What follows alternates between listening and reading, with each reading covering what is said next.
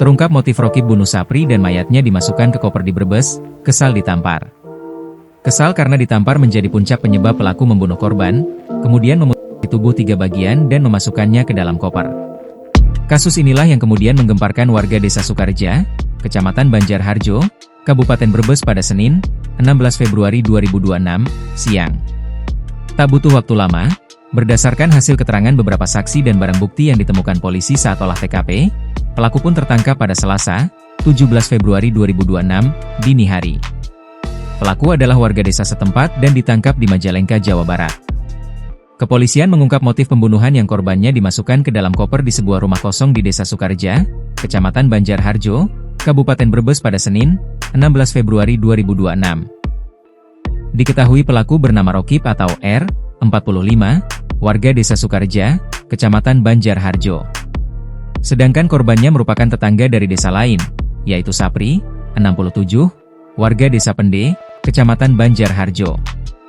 Kapolres Brebes, AKBP Lilik Ardiansyah menyebut, pelaku marah setelah ditampar oleh korbannya lantaran belum membayar utang. Pelaku kesal dan emosi saat ditagih utang. Korban sempat menampar pelaku sehingga pelaku emosi dan mengambil batu di dekatnya, kemudian memukul korban, kata AKBP Lilik, Selasa, 17 Februari 2026. Pelaku dikenakan pasal 479 nomor 1 tahun 2023 KUHP terbaru dengan ancaman hukuman 20 tahun penjara, dan pasal 458 nomor 1 tahun 2023 dengan ancaman hukuman 15 tahun penjara. Dikenakan pasal berlapis.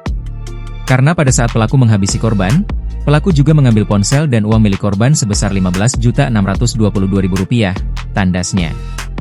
Selain itu, polisi juga masih mendalami dugaan apakah pelaku memang telah merencanakan pembunuhan itu sebelumnya. Sementara itu, anak dari korban, Rohman menyebut, sebelum ditemukan tewas, ayahnya sempat berpamitan untuk pergi ke Desa Sukareja pada Minggu, 15 Februari 2026, sekira pukul 22.30.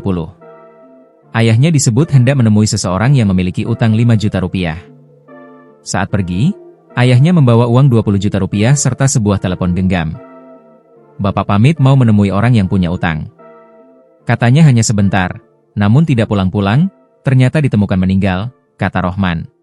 Download Tribun X sekarang, menghadirkan lokal menjadi Indonesia.